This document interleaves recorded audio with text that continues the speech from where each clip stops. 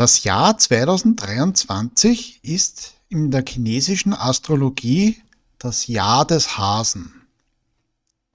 Und in vielen Internetseiten wird dann angeboten, was dieses Tierkreiszeichen bedeutet. Und damit stellt sich aber die Frage, hat man damit schon das Horoskop? Reicht es für das Horoskop? Kann man damit sagen, was ein Mensch für ein Wesen ist, wenn er in diesem Jahr geboren wird? Und die Antwort darauf ist ganz klar nein. Denn die chinesische Astrologie ist eine sehr komplexe Angelegenheit. Und damit herzlich willkommen zurück zu den Videos über die Astrologie, im Speziellen jetzt über die chinesische Astrologie. Und wir schauen uns an, wie das mit dem Horoskop funktioniert. Das ist nämlich etwas anders oder eigentlich ziemlich anders als die westliche Astrologie. In der westlichen Astrologie kennen wir die Sternzeichen und je nachdem, wann man geboren worden ist, wird eine Aussage darüber getätigt, wie der Mensch tickt. Was noch lange nicht stimmen muss, aber das ist das Grundprinzip. In der chinesischen Astrologie steht der Mensch im Mittelpunkt und er wird umschrieben von verschiedensten Faktoren.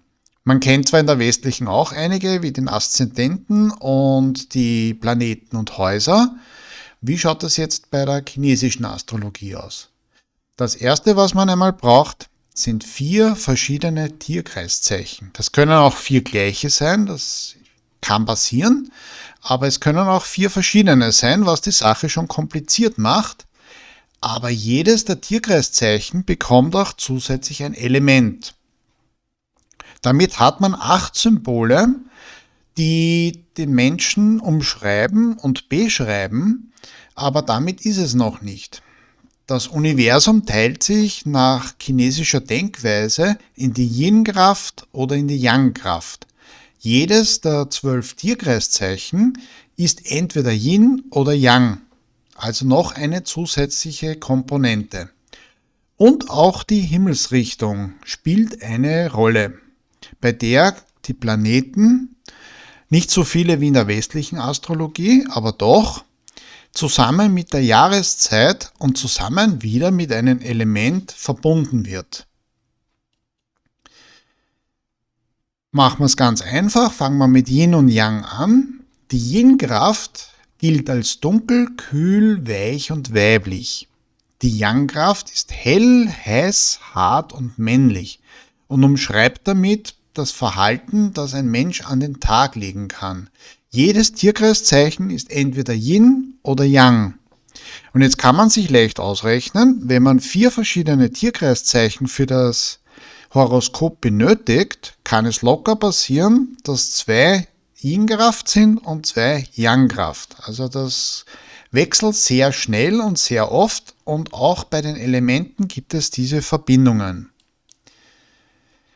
Schauen wir uns weiters die Himmelsrichtung an. Und zwar ist das eine Kombination aus Planet, Element, Jahreszeit und Richtung. Und da können wir zu der Aufstellung wechseln, die ich auf der Webseite habe. Und zwar haben wir sie hier. Wir sehen, dass der Jupiter mit dem Element Holz verbunden wird, wenn die Blickrichtung Osten ist, und das betrifft den Frühling.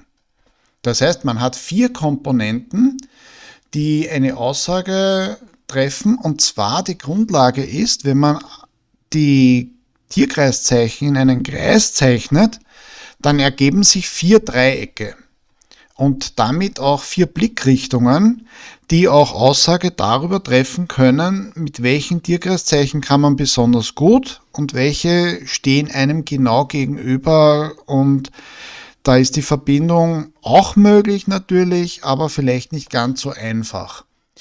Und jetzt wird man sich fragen, Moment einmal, es gibt 4 Jahreszeiten, wieso sind da 5 Zeilen?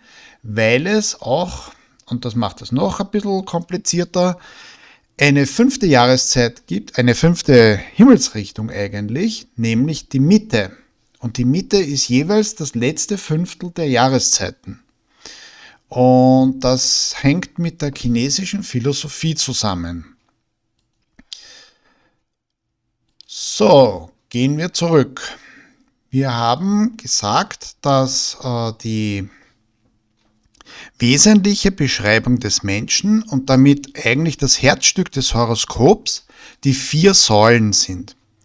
Und die 4 Säulen, das ist das Geburtsjahr, der Geburtsmonat, der Geburtstag und die Geburtsstunde, die exakte. Und warum ist das wichtig? Weil jedes dieser 4 Komponenten enthält ein Tiersymbol, also ein Tierkreiszeichen und ein Element. Das heißt, 4 mal 2 ergibt 8 Symbole, die den Menschen umschreiben. Und jetzt muss man sich überlegen, was will man uns damit sagen? Das Geburtsjahr, das haben wir am Anfang schon thematisiert, weil das Video wird jetzt im März 2023 aufgenommen. 2023 ist das Jahr des Hasen. Das heißt, das Tierkreiszeichen wissen wir da, das ist der Hase. Und außerdem gibt es eines von 5 Elemente. Und wir waren vorher schon, ich wechsle da noch mal kurz hinüber, bei der Jahresliste. Ich habe das auch in einem Video beschrieben. Ich werde am Ende des Videos dieses Video verlinken. Man kann über das Geburtsjahr herausfinden, welches Tierkreiszeichen und welches Element. Damit hat man 2 der 8 Symbole bereits umschrieben. Und gehen wir wieder zurück. Was sagt mir das Geburtsjahr? Diese beiden Einheiten, diese beiden Zeichen umschreiben den Charakter des Menschen. Also wie ist er unterwegs, was ist ihm wichtig, wie agiert er, etc. Dann haben wir Geburtsmonat, wieder mit einem Tierkreiszeichen und einem Element. Und der Geburtsmonat umschreibt Beruf und Karriere, auch das Glück. Also ob jemand kreativ ist, ob jemand leicht eine neue Stelle finden kann, ob jemand sehr schnell Ideen entwickeln kann, wie man ein Projekt fertig bekommen kann, ob jemand sehr konzentriert, sehr ehrgeizig arbeitet oder jemand zwar zielstrebig nach vorne düst, aber Kleinigkeiten nerven und die Geduld ist nicht die größte. Solche Dinge. Die 3. Säule ist der Geburtstag. Wieder Tierkreiszeichen plus Element umschreibt die inneren Gefühle. Wie agiert man in der Partnerschaft? Wie denkt man über die Freundschaft? Was freut einen besonders? Was taugt einem weniger? Und die 4. Säule ist die Geburtsstunde. Und auch hier ein Tierkreiszeichen plus Element. Und das umschreibt, wie man von außen wahrgenommen wird. Also nicht, wie man jetzt selbst agiert, sondern wie man empfunden wird. Ob man sympathisch ist, ob man fordernd ist, ob man eher gemütlich ist, wie auch immer. Und jetzt gehen wir wieder rüber. Wir haben hier die Hauptrichtungen. Die kann man also in einer Tabelle leicht darstellen und entsprechend hinterfragen. Wir haben aber zusätzlich die Geburtsstunde. Und zwar gibt es hier immer eine Doppelstunde. Von 23 Uhr bis 1 Uhr gilt die Ratte und das Element ist Holz. Das heißt, das ist eine Tabelle, wo ich aufgrund der Geburtsstunde wieder 2 Symbole ermitteln kann. Und damit habe ich 4 der 8 Symbole relativ einfach ermitteln können. Das eine über die Jahresliste, das andere über die Geburtsstunde. Und dann wird man sich natürlich zu Recht fragen, ja, Moment einmal, wie schaut das jetzt mit dem Monat und mit dem Tag aus? Und das ist schwieriger, weil, wie bereits am Anfang gesagt, beginnt das Jahr in China nicht am 1. Jänner, wie wir es in Deutschland, Österreich, Schweiz und so weiter gewohnt sind, sondern es gibt einen späteren Zeitraum und das ist aber auch nicht der gleiche Tag, sondern das kann je nach Mondphase auch sich verändern von Ende Jänner bis Anfang Februar. Und das bedeutet aber auch, dass es sehr große Unterschiede bei den Tagen gibt, weil der Geburtstag muss ein ganz präziser Tag sein und der hängt mit den Tierkreiszeichen und mit dem Element zusammen. Das heißt, das kann man eigentlich nur über eine rechnerische Lösung ermitteln und das in einer Tabelle darzustellen, da würde man erschlagen werden. Daher gibt es dafür Lösungen. Ich möchte da eine zeigen. Da habe ich sie verlinkt. Ich werde diese Informationen auch in die Videobeschreibung verlinken. Da gibt es ein Angebot, wo ich mir ausrechnen kann mit dem Geburtsort und mit dem Geburtsland, mit Jahr, Monat, Tag vom Geburtstag und der Geburtsstunde, wie man die 8 Symbole ermitteln kann. Das heißt, da ist eine rechnerische Lösung angeboten. Es gibt einige Rechner, die im Internet verlinkt sind, aber einige davon sind nicht mehr aktiv. Ich habe da ein Beispiel herausgesucht. Machen wir jetzt Wien, weil ich ein Österreicher bin. Und dann habe ich gesagt, wir machen den 1.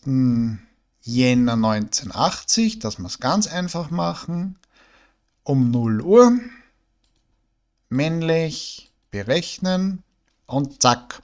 Und dann kriege ich vom Jahr, vom Monat, vom Tag und von der Stunde die Ergebnisse mit der Erklärung der jeweiligen Tierkreiszeichen.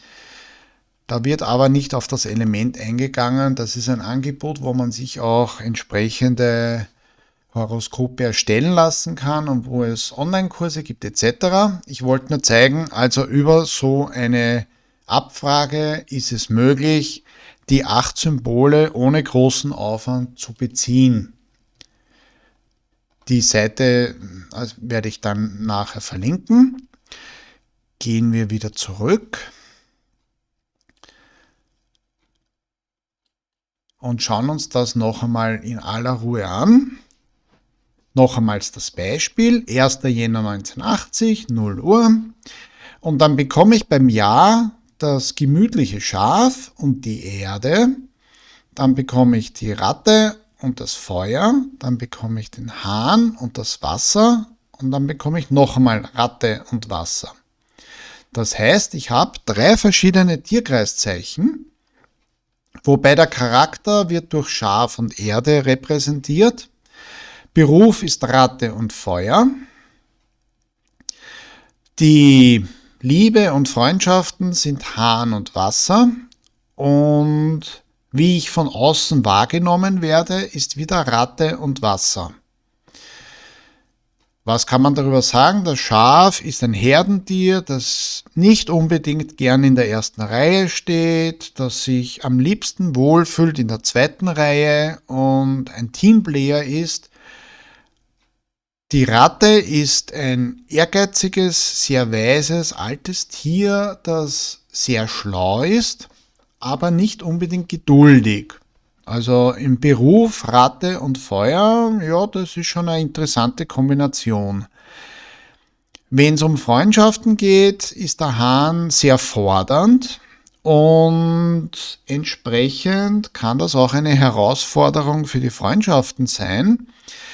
Und die Ratte haben wir auch in der 4. Säule und auch hier bei der Außenwirkung ein sehr ehrgeiziges Wesen, aber durchaus mit guten Optionen für Freundschaften und Treue.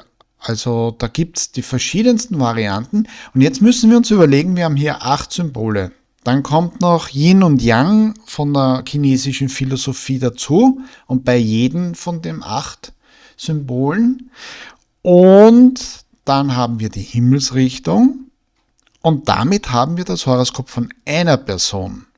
Wenn wir uns jetzt überlegen, dass dieser Mann, der am 1. Jänner 1980 geboren wurde, eine Frau hat oder eine Freundin, ist ja egal, dann hat die auch 8 Symbole plus Yin und Yang plus Himmelsrichtung. Das heißt, das wird eine ziemlich komplexe Geschichte. Und so muss man das Horoskop auch verstehen.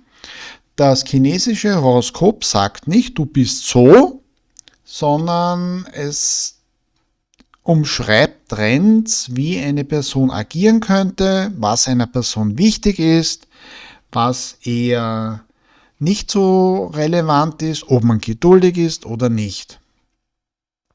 Und damit hat man eine sehr komplexe Variante.